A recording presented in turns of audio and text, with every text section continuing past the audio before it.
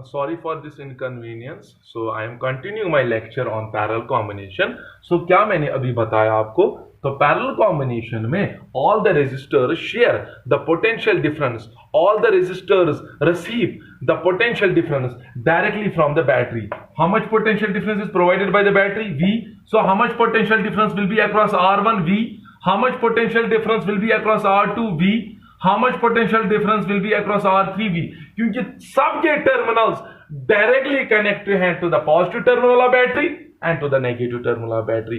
कोई indirectly battery से potential नहीं ले रहा है, डायरेक्टली सब ले रहे हैं. कैसे? देखो, R1 का ये टर्मिनल देखो कनेक्टेड है टू द पॉजिटिव, R2 का भी ये terminal ultimately it is directly connect to the positive, R3 का भी ये terminal directly connect to the positive potential. ऐसे यहां से भी देखो they are directly connected. So potential difference same, लेकिन मैथमेटिकली भी मैं आपको समझा सकता हूं ओम्स लॉ के रिलेशन से. V is equal to I R. Now देखो क्या होगा यहां पर बेटा, करंट क्या हो रही है? शाबाश, करंट डिवाइड हो रही है, लेकिन जिस पाथ की रेजिस्टेंस ज्यादा होगी, यानी कि अगर यहां से रेजिस्टेंस ज्यादा है तो वहां से करंट कितनी जाएगी? कम जाएगी ना. सीधे लॉजिकल बात है. जहां से रेजिस्टेंस ज्यादा होगी तो वहां से करंट, जैसे वहां से कुछ आर्म्ड फोर्सेस हमारे, मैं एग्जांपल दे रहा हूं, कहीं से आर्म्ड फोर्सेस ज्यादा है तो वहां से ज्यादा रेजिस्टेंस है ना. So I will not try to attain that very path. So वहां से बंदे कम जाएंगे, और जहां से रेजिस्टेंस कम होगी वहां से ज्यादा बंदे जाने जाएंगे. तो क्या होगा यहां पे? अगर R1 की रेजिस्टेंस कम है तो वहां से करंट ज्यादा जाएगी. सो दैट मीन्स जिस रेजिस्टर की रेजिस्टेंस ज्यादा है वहां से करंट कम जाएगी.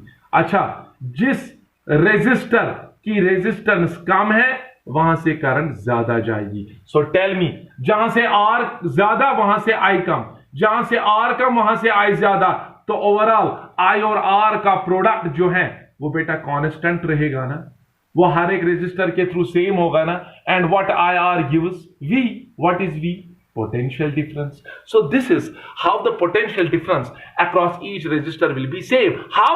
क्योंकि जहां से रेजिस्टेंस ज्यादा वहां से I कम, जहां से रेजिस्टेंस कम वहां से I ज्यादा, तो IR का प्रोडक्ट कांस्टेंट रहेगा ना.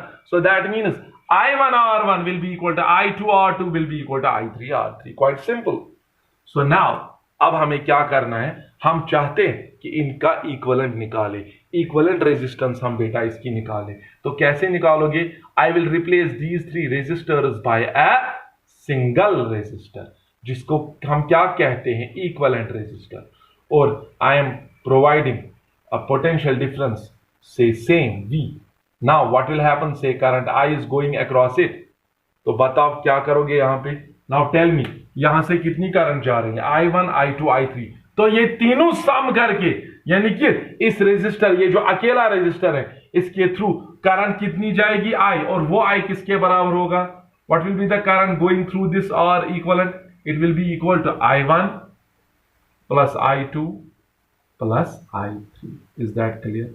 क्योंकि मैंने इन तीन रेजिस्टर्स के बदले सिंगल रेजिस्टर लगाया. एक रेजिस्टर के थ्रू I1 जा रही है, दूसरे के थ्रू I2, तीसरे के थ्रू I3. तो अगर इन तीन को रिप्लेस करेंगे बाय सिंगल रेजिस्टर, वहां से कितनी करंट जाएगी? I1 plus I2 plus I3. So I, it is the current going through the equivalent resistor I, R equivalent. तो वो किसके बराबर आएगा? I1 plus I2 plus R3. Now यहां पर मैं रब करना चाहूंगा, तो यहां पे मैं लिखूंगा. So now tell me,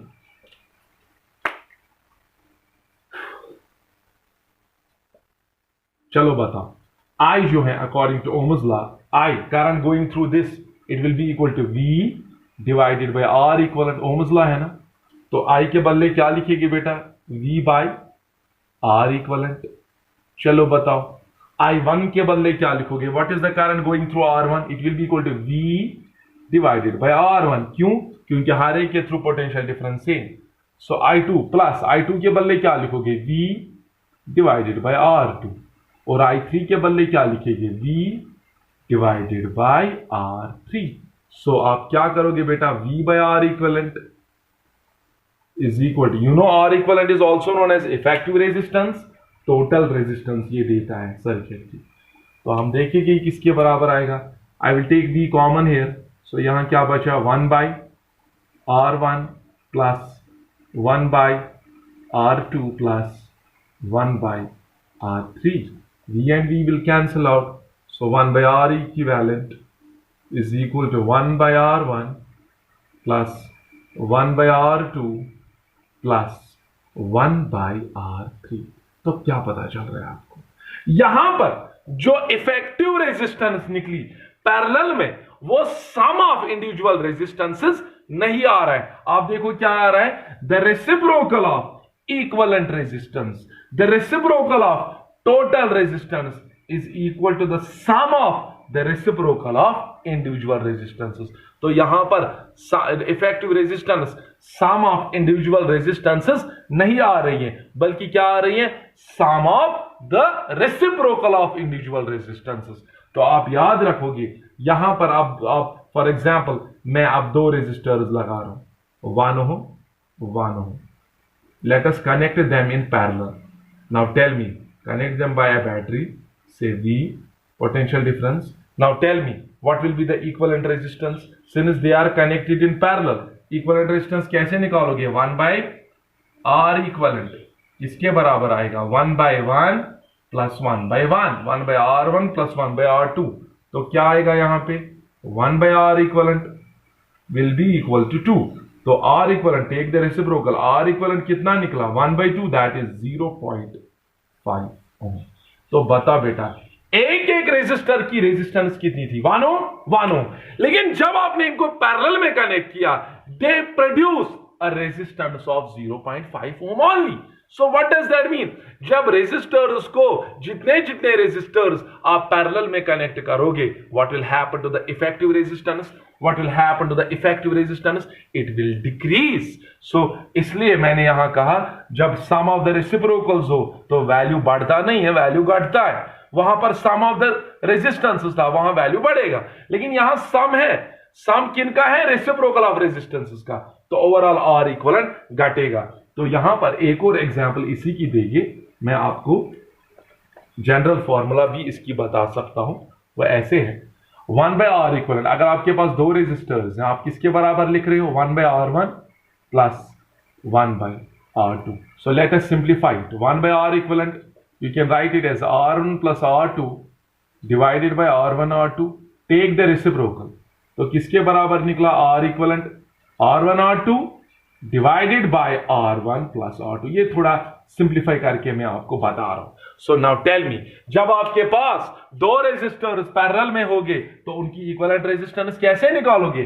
R1 into R2 divided by R1 plus R2, यानी कि मल्टीप्लाई डिवाइडेड बाय सम. जैसे आप मुझे इसका जवाब दे दो. You have two resistors, 2 ohm, they are connected in parallel. Now tell me what will be their equivalent resistance? कैसे निकालोगे? Multiply divided by some.